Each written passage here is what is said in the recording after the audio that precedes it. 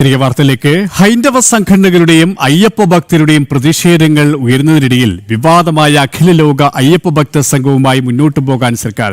ഇന്ന് രാവിലെ മന്ത്രി വി എൻ വാസവന്റെ നേതൃത്വത്തിൽ സ്വാഗത സംഘ രൂപീകരണം നടക്കും. അയ്യപ്പ സംഗമത്തിന്റെ ഉദ്ദേശശുദ്ധിയിൽ ഹൈന്ദവ സംഘടനകൾ വിമർശനം ഉയർത്തുന്നതിനിടയിലാണ് സ്വാഗത സംഗമം രൂപീകരിക്കുന്നത്. വിവരങ്ങളുമായി മിഥുൻ മുരളി ചേരുകയാണ്. മിഥുൻ, അയ്യപ്പ ഭക്തരുടെ വിമർശനങ്ങൾ, പ്രതിഷേധങ്ങൾ, ഹൈന്ദവ സംഘടനകളുടെ പ്രതിഷേധങ്ങൾ ഒരു ഭാഗത്ത്, എന്നാൽ അയ്യപ്പ സംഘവുമായി മുന്നോട്ടു പോകാൻ തന്നെയാണ് സർക്കാരിന്റെ തീരുമാനം. ഇന്ന് പമ്പയിൽ ഇതുമായി ബന്ധപ്പെട്ട സ്വാഗത സംഘ രൂപീകരണം നടക്കുമ്പോഴും ഹൈന്ദവ സംഘടനാ പ്രതിനിധികളെ വിളിച്ചിട്ടില്ല. അങ്ങനെ ഏകപക്ഷീയമായ ഒരു തീരുമാനവുമായി മുന്നോട്ട് പോകാൻ തന്നെയാണ് സർക്കാരിന്റെ നീക്കം, അല്ലേ? ഇന്ന് രാവിലെ 10 മണിക്കാണ് പമ്പയിൽ ദേവസ്വം മന്ത്രി V N Vasavan, Thiruvithamkur Devaswom board president advocate P S Prasanth, അംഗങ്ങളായ advocate A Ajikumar, advocate P D Santhosh Kumar, ജില്ലാ കളക്ടർ, MLA മാർ, മറ്റ് ജനപ്രതിനിധികൾ തുടങ്ങിയവർ പങ്കെടുക്കുന്ന അയ്യപ്പ ഭക്ത സംഗമത്തിന്റെ സ്വാഗത സംഘ രൂപീകരണം നടക്കുന്നത്. ഈ രൂപീകരണ യോഗത്തിലേക്ക് ഒരു ഹൈന്ദവ സംഘടനയിലെയും പ്രതിനിധികളെ വിളിച്ചിട്ടില്ല.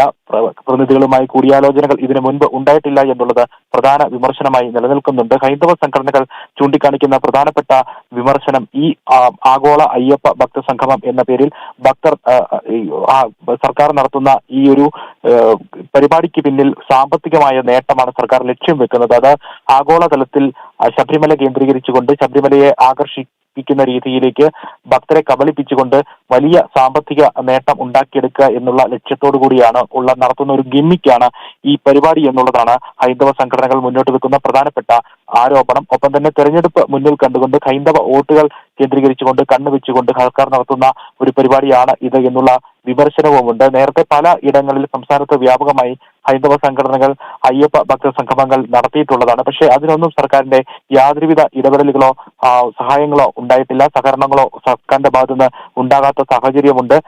അത്തരത്തിൽ നേരത്തെ അയ്യപ്പ ഭക്ത സംഘടനകളും ഹൈന്ദവ സംഘടനകളും ഭക്തരുടെ ക്ഷേമത്തിന് വേണ്ടി നടത്തിയിട്ടുള്ള നിരവധിയായ സന്നദ്ധ പ്രവർത്തനങ്ങൾക്കോ ഇത്തരത്തിലുള്ള സംഗമങ്ങൾക്കോ ഒന്നും സഹകരണം നൽകാതിരുന്ന സർക്കാർ ഇത്തരത്തിലുള്ള ഒരു അയ്യപ്പ ഭക്ത സമ്മേളനം സെപ്റ്റംബർ മാസം 3-ാം വാരം പമ്പയിൽ നടത്തുമ്പോൾ അതിന്റെ ഉദ്ദേശശുദ്ധിയാണ് അവിടെ സംശയിക്കപ്പെടുന്നത്. വലിയ രീതിയിലുള്ള വിമർശനങ്ങൾക്ക് അത് ഇടവെക്കുന്നുണ്ട്. ഹൈന്ദവ സംഘടനകളും BJP മുതിർന്ന നേതാവ് കുമ്മനം രാജശേഖരനും എല്ലാം ചൂണ്ടിക്കാണിക്കുന്നത് ഇത് സാമ്പത്തിക നേട്ടം മാത്രം ലക്ഷ്യം വെച്ചുകൊണ്ടുള്ള സർക്കാരിന്റെ ഒരു ഗിമ്മിക്കാണ് എന്നുള്ളതാണ്. ആയിരക്കണക്കിന് ഭക്തജനങ്ങളാണ് വിദേശ രാജ്യങ്ങളിൽ നിന്ന് സന്നിധാനത്തേക്ക് ഓരോ വർഷവും എത്തുന്നത്. ശ്രീലങ്കയടക്കം പ്രധാനപ്പെട്ട തീർത്ഥാടന കേന്ദ്രമായി ശബരിമലയെ കണക്കാക്കുന്നുമുണ്ട്. അങ്ങനെ വിദേശ രാജ്യങ്ങളിൽ നിന്നുള്ള ഭക്തജനങ്ങളുടെ ഒരു ഫണ്ട് ആകർഷിക്കുക എന്നുള്ള ലക്ഷ്യത്തോടുകൂടി വരുമാന നേട്ടം മാത്രം, സാമ്പത്തിക നേട്ടം മാത്രം ലക്ഷ്യം വെച്ചുകൊണ്ട് ആഗോള കേരള സഭയൊക്കെ നടത്തിയതിന് സമാനമായി തന്നെ ഒരു സാമ്പത്തികമായിട്ടുള്ള നേട്ടം മാത്രം ലക്ഷ്യം വെച്ചുകൊണ്ട് നടത്തുന്ന ഒരു പരിപാടിയാണ് ഇത്.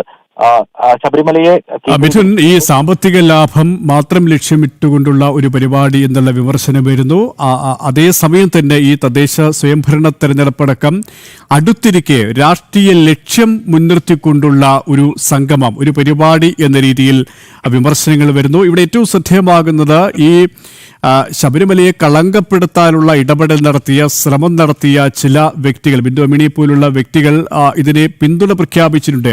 അത്തരക്കാരുടെ പിന്തുണയുമായി സർക്കാർ മുന്നോട്ട് പോകുമ്പോൾ സ്വാഭാവികമായും ജനങ്ങളുടെ ഭാഗത്ത്, ഇപ്പോൾ ഭക്തരുടെ ഭാഗത്തുനിന്നും പ്രതിഷേധമുണ്ടായിട്ടുണ്ട്, ഹൈന്ദവ സംഘടനകളുടെ ഭാഗത്തുനിന്നും പ്രതിഷേധമുണ്ടായിട്ടുണ്ട്. എന്നാൽ പൊതുസമൂഹത്തിന്റെ അപ്പാടെയുള്ള വിമർശനങ്ങൾ, പ്രതിഷേധം ക്ഷണിച്ചു വരുത്തുന്ന ഒരു രീതിയിലേക്കാണ് സർക്കാരിന്റെ നിലപാട് പോകുന്നത്, അല്ലേ?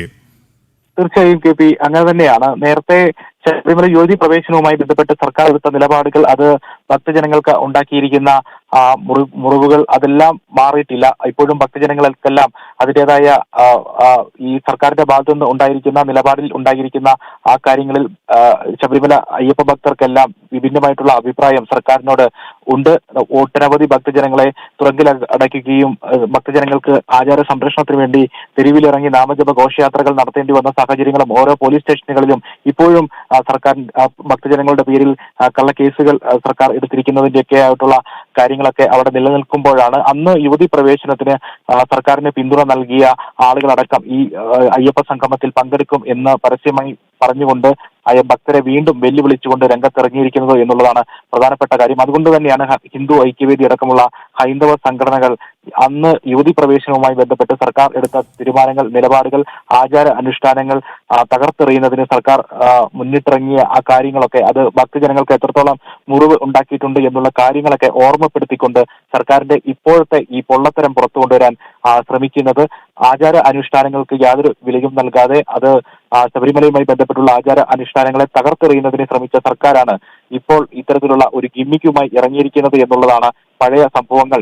നേരത്തെ 2018 യുവതി പ്രവേശനവുമായി ബന്ധപ്പെട്ടുള്ള സംഭവങ്ങളെല്ലാം ചൂണ്ടിക്കാണിച്ചുകൊണ്ട് ഹിന്ദു ഐക്യവേദി അടക്കമുള്ള ഭക്തജന സംഘടനകൾ, ഹൈന്ദവ സംഘടനകൾ ഈ ഒരു കാര്യത്തെ, ഇപ്പോഴത്തെ സർക്കാരിന്റെ പൊള്ളത്തരത്തെ ഓർമ്മിപ്പിക്കുകയും ചെയ്യുന്നത്. ശബരിമലയിൽ അടിസ്ഥാന സൗകര്യങ്ങളുടെ അപര്യാപ്തത നിലനിൽക്കുന്നു. ഓരോ തവണയും ഓരോ തീർത്ഥാടന കാലത്തും ഇത്തരത്തിലുള്ള പ്രശ്നങ്ങൾ അവിടെ നിലനിൽക്കുന്നു. അങ്ങനെ അനേകമായിരം പ്രശ്നങ്ങൾ ശബരിമല തീർത്ഥാടകർ നേരിടുമ്പോഴാണ് അതിനൊന്നും പരിഹാരം കാണാതെ ഇത്തരത്തിലുള്ള ഒരു പരിപാടിയുമായി ആഗോള അയ്യപ്പ സംഗമം എന്ന പേരിൽ ഇത്തരത്തിലുള്ള ഒരു പരിപാടിയുമായി ഗിമ്മിക്കുമായി സർക്കാർ ഇറങ്ങിയിരിക്കുന്നത് എന്നുള്ളതാണ് പ്രധാനപ്പെട്ട വിമർശനമായി ഉയർന്നു വരികയും ചെയ്തത്.